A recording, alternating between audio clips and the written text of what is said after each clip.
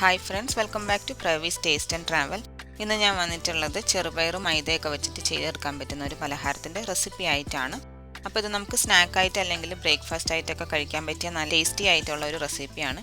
കുട്ടികൾക്കും മുതിർന്നവർക്കൊക്കെ ഒരേപോലെ ഇഷ്ടമാവുകയും ചെയ്യും. നമുക്കിനി ഇതെങ്ങനെയാണ് ചെയ്യുന്നതെന്ന് നോക്കാം. വീഡിയോയിലേക്ക് പോകാം.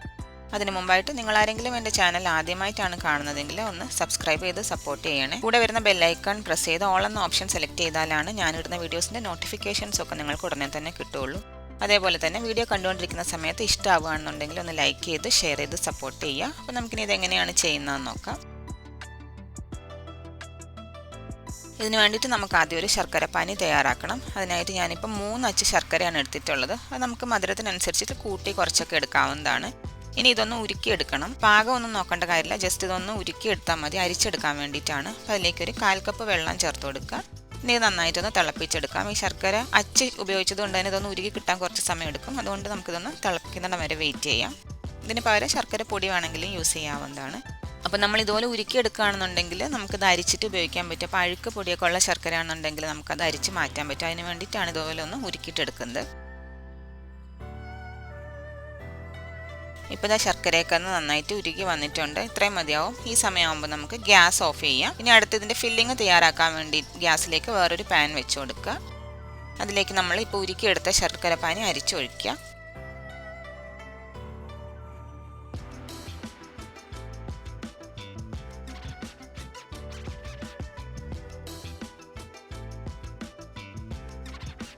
ഇതേപോലെ തിളച്ച് വരുന്ന സമയത്ത് നമുക്കിനി തേങ്ങ ചേർത്ത് കൊടുക്കാം. 1 കപ്പ് തേങ്ങയാണ് എടുത്തിട്ടുള്ളത്. അത് ഇതിലേക്ക് ആഡ് ചെയ്യാം. എല്ലാ അളവുകളും ഈ കപ്പിൻ്റെ അളവിനാണ് ഞാൻ എടുത്തിട്ടുള്ളത്. ഇനി വേണ്ടത് ചെറുപയറാണ്. ഇത് വേവിച്ച് വെച്ച ചെറുപയറാണ്. ചെറുതായിട്ട് ഉപ്പ് മാത്രം ചേർത്ത് വേവിച്ചതാണ്. ഇതിപ്പോൾ ഒരു 1.5 കപ്പ് ചെറുപയറുണ്ട്. ഇത് വേവിച്ച് കഴിഞ്ഞപ്പോൾ അതും കൂടെ ഞാൻ ആഡ് ചെയ്ത് കൊടുത്തിട്ടുണ്ട്. അപ്പോൾ നമുക്ക് ഫില്ലിങ് എത്രയാണോ വേണ്ടത് അതനുസരിച്ചിട്ട് ചെറുപയറിൻ്റെ തേങ്ങയുടെ ഒക്കെ അളവ് കൂട്ടിയെടുക്കുക. ഇനി ഫ്ലേവറിന് വേണ്ടിയിട്ട് ഏലക്ക ചുക്കുപൊടിയുടെ മിക്സാണ് ചേർത്ത് കൊടുത്തത്. ഒരു 1/4 സ്പൂൺ ചേർത്ത് കൊടുത്തിട്ടുണ്ട്. എല്ലാം കൂടെ നന്നായിട്ടൊന്ന് വഴറ്റിയെടുക്കണം. ഈ ശർക്കരപ്പാനിയിൽ കിടന്നിട്ട് ഈ ചെറുപയറൊക്കെ നന്നായിട്ട് അതിൻ്റെ ആ മധുരമൊക്കെ ഒന്ന് പിടിച്ച് വരണം. അതേപോലെ തന്നെ ഈ വെള്ളമയമൊക്കെ ഒന്ന് മാറി നല്ല ഡ്രൈ ആയിട്ട് വരണം. ആ സമയം വരെ നമുക്കിത് നന്നായിട്ടൊന്ന് മിക്സ് ചെയ്ത് വാട്ടിയെടുക്കാം.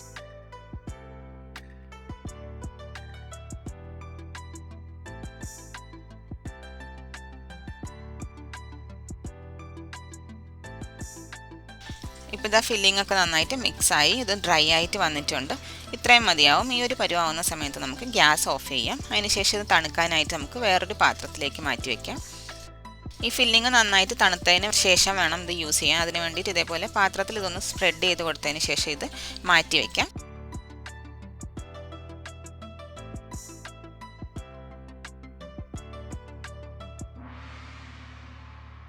ഇതൊന്ന് തണുത്ത് കിട്ടുന്ന നേരം കൊണ്ട് നമുക്കിതിന് വേണ്ടിയിട്ടുള്ള ബാറ്റർ റെഡിയാക്കി എടുക്കണം. ബാറ്റർ റെഡിയാക്കാൻ വേണ്ടിയിട്ട് ഇതേപോലെ മിക്സിയുടെ ജാർ എടുക്കുക. അതിലേക്ക് ഒരു മുട്ട പൊട്ടിച്ച് ചേർത്ത് കൊടുക്കാം. പിന്നെ വേണ്ടത് പഞ്ചസാരയാണ്. മധുരത്തിന് ആവശ്യത്തിന് പഞ്ചസാര ചേർക്കാം. ഞാനിപ്പോൾ 1/4 കപ്പാണ് ചേർത്തേക്കുന്നത്. അരഞ്ഞു കിട്ടാൻ ആവശ്യത്തിന് വെള്ളം ചേർക്കുക. ആദ്യം തന്നെ ഒരുപാട് വെള്ളം ചേർക്കേണ്ട. ഒരു 1/4 കപ്പ് വെള്ളം ഞാനിപ്പോൾ ചേർത്ത് കൊടുത്തിട്ടുണ്ട്. ഇനി ഇതിലേക്ക് വേണ്ടത് മൈദയാണ്. 1 കപ്പ് മൈദ ചേർത്ത് കൊടുക്കാം. ഫ്ലേവറിന് വേണ്ടിയിട്ട് ഏലക്ക ചുക്കുപൊടിയുടെ മിക്സ് 1/4 സ്പൂൺ ചേർത്ത് കൊടുക്കുന്നുണ്ട്. അതേപോലെ തന്നെ ടേസ്റ്റൊക്കെ ഒന്ന് ബാലൻസ് ചെയ്യാൻ വേണ്ടി 1 നുള്ളു ഉപ്പ് ആഡ് ചെയ്യുക. ഇനി ഇതെല്ലാം കൂടെ നമുക്ക് നന്നായിട്ടൊന്ന് അരച്ചെടുത്തിട്ട് വരാം.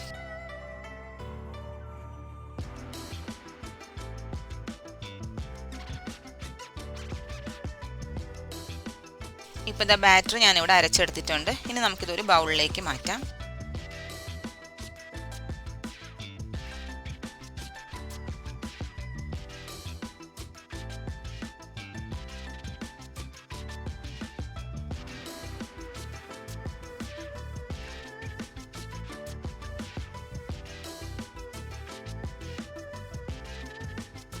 ഇപ്പോൾ ഇതാ മാവ് ഞാൻ ഈ ബൗളിലേക്ക് മാറ്റിയിട്ടുണ്ട്. നല്ല സ്മൂത്ത് ആയിട്ടുള്ളൊരു ബാറ്റർ റെഡി ആയിട്ടുണ്ട്. അപ്പോൾ ഇപ്പോൾ ഇതിൻ്റെ കൺസിസ്റ്റൻസി നോക്കുകയാണെന്നുണ്ടെങ്കിൽ കുറച്ച് കട്ടിക്കാണ് ഇരിക്കുന്നത്. അപ്പോൾ നമുക്ക് നല്ല ലൂസായിട്ടുള്ളൊരു മാവാണ് വേണ്ടത്. അപ്പോൾ അതിനനുസരിച്ചിട്ട് വെള്ളം ചേർത്ത് കൊടുക്കുക.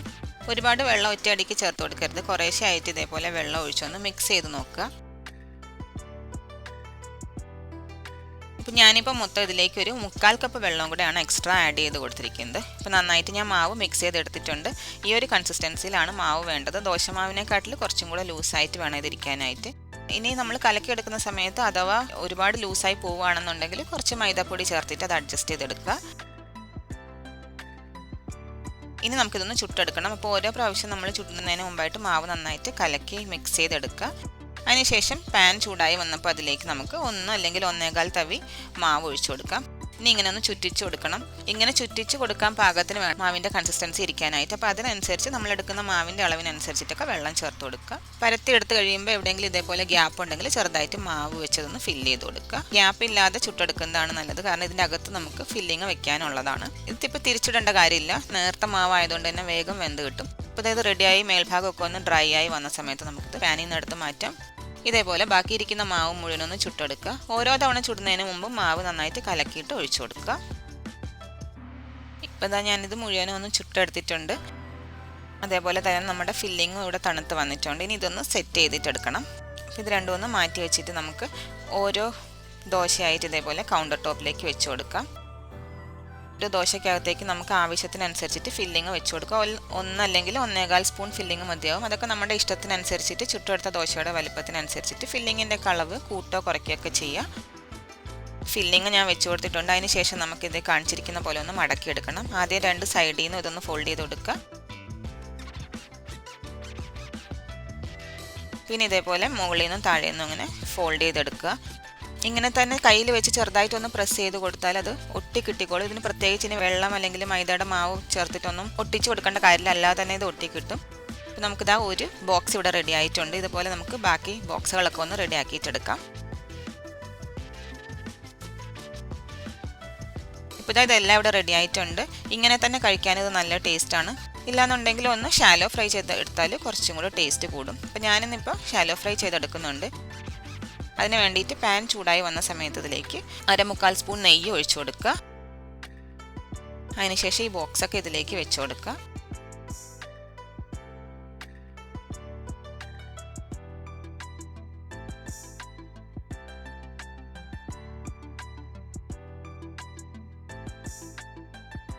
ഈ ബോക്സ് നന്നായിട്ട് ഇനി തിരിച്ചും മറിച്ച് വിട്ട് നന്നായിട്ടൊന്ന് മൂപ്പിച്ചെടുക്കണം. തിരിച്ചിടുന്നതിന് മുമ്പായിട്ട് മുകൾ ഭാഗത്തും കൂടെ ഒന്ന് നെയ്യ് തൂത്ത് കൊടുത്താൽ നല്ലോണം മുരിഞ്ഞ് കിട്ടും. അതുപോലെ തന്നെ നെയ്യിൽ ഫ്രൈ ചെയ്തെടുക്കുന്നതുകൊണ്ട് നല്ല സ്മെല്ലാണ് ഇതിന്. ഒരുപാട് നേരിട്ട് കുക്ക് ചെയ്യേണ്ട കാര്യമില്ല. ഈ പുറം ഭാഗമൊക്കെ ഒന്ന് മുരിഞ്ഞ് വരുന്നിടം വരെ ഒന്ന് ഫ്രൈ ചെയ്തെടുത്താൽ മതി. ആ നെയ്യുടെ ഒക്കെ ഒരു ഫ്ലേവർ ഇറങ്ങി കിട്ടണം. ഔട്ടർ ലെയർ ഒന്ന് മൂത്ത് കിട്ടണം. അതിന് വേണ്ടിയിട്ടാണ് ഇങ്ങനെ ചെയ്യുന്നത്. അപ്പോൾ ഇപ്പം ഞാൻ 2 സൈഡും തിരിച്ചും മറിച്ച് വിട്ട് നന്നായിട്ട് മൂപ്പിച്ചെടുത്തിട്ടുണ്ട്. ഇത്രയും മതിയാവും. ഇനി നമുക്കിതൊരു പ്ലേറ്റിലേക്ക് എടുത്ത് മാറ്റാം. നല്ല ടേസ്റ്റി ആയിട്ടുള്ളൊരു റെസിപ്പിയാണിത്. എല്ലാവർക്കും ഒരേപോലെ ഇഷ്ടമാവുന്ന ഒരു റെസിപ്പിയാണ്. അപ്പോൾ നിങ്ങളിതൊന്ന് ട്രൈ ചെയ്ത് നോക്കുക, അഭിപ്രായം അറിയിക്കുക. വീഡിയോ ഇഷ്ടമായെന്നുണ്ടെങ്കിൽ ലൈക്ക് ചെയ്യുക, ഷെയർ ചെയ്യുക. നമുക്കിനി മറ്റൊരു റെസിപ്പിയായി വീണ്ടും കാണാം. Thank you so much for watching.